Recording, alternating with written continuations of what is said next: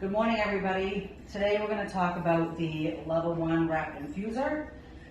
We utilize this most of the time when we have patients that are here with hypovolemia related to a trauma, GI bleed, or other hypovolemic issues. The other reason that we use this is for patients that come in with hypothermia. It does have a heating element to it, and that can warm the patient rapidly.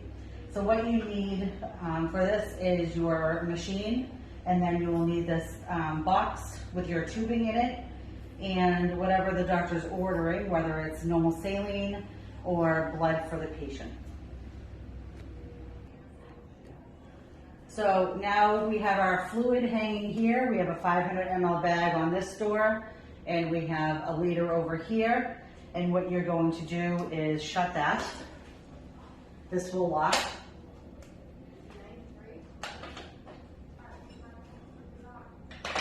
Just like so. And you have your tubing ready to go. We remove the air from these liters. You don't want any air in your tubing. We do that by burping method, spiking the bag, removing the spike, and then squeezing it so the air is out, and then placing the tube back in. You can unclamp these to prime your tubing. You want to let the fluid drip into this chamber about halfway and drip it all the way down. As you're going through, making sure that your connections are tight. If these are not tight as you're going through, you want to make sure that they are, as they will open up and release under pressure. Once your tubing is completely primed, we're going to start placing the tubing into the actual machine. You can see here that it's labeled number 1, number 2. Your door down here is number 3, and your air vent is number 4. So you want to start by placing the bottom part of your heating element into this hole here, and you can slide this right into the holder. And there is a hole up above as well that you're going to align your tubing, and you can slide your door down right on top of that. Once that's done, you're going to move down to number 3, which is your door first. This part of your tubing, which will make an L shape, is going to go into this door. You want to make sure you push it in so that it's taut and that this air vent sits right on top of this little lever here, ledge, and then you're going to push this right in. This door goes up, and then it bends downward and clicks. Once this is done, you should be ready to go. You just want to make sure that everything, again, like I said, is tight and in place. You will have alarms that will go off if by chance you have something that is not in correctly. So now for the infusion. So you want to make sure that one side of your tubing is clamped by the bag. So we have this side clamped. This one is open. You're going to turn your machine on, which is the screen button right here. You'll hear that loud beep. It just means that it's doing its system check, and your temperature is starting to increase here. You'll notice that that's going to be anywhere between 38 to 42 degrees Celsius.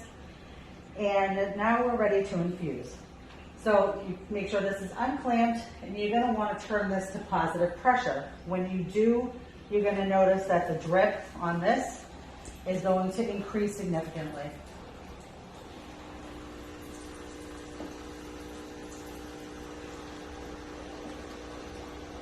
So once this is dripping and the bag is getting to close to empty, you want to keep an eye on it. This bag is ready to go.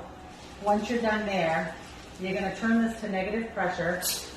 You're going to clamp this side, and then you're going to turn over to this side. Unclamp, and you're going to turn this to positive pressure. You constantly want to work at a U formation, going back and forth. While this bag is infusing, you want to spike this bag, making sure that there's no air in it, and then it's ready to go. These bags under pressure will go in about, well, less than 5 minutes, depending on how much volume you have. A bag of blood, which is about 300 mLs, will go in a lot quicker, so you really need to be on top of it and watching it. The only other thing I want to say is that this generally goes through a larger IV, so 18 gauge or bigger. And if you are doing multiple bags of fluid or blood, you want to make sure that you are holding onto the bags at a bucket at your feet. That way you can document everything accordingly after patient care is done. The products that you can actually run through this would be your normal salines, lactate ringers. You can do packed red blood cells and fresh frozen plasma. The only things that you cannot run through this machine would be platelets, only because it does destroy the makeup of the cells, and so it's not effective for the patient, and medications as well, we do not run through the machine. Outside of that, there is a little paper on the back. If you have any questions, you can refer to that. It's a good reference for setting it up and how to troubleshoot the machine. And that's all.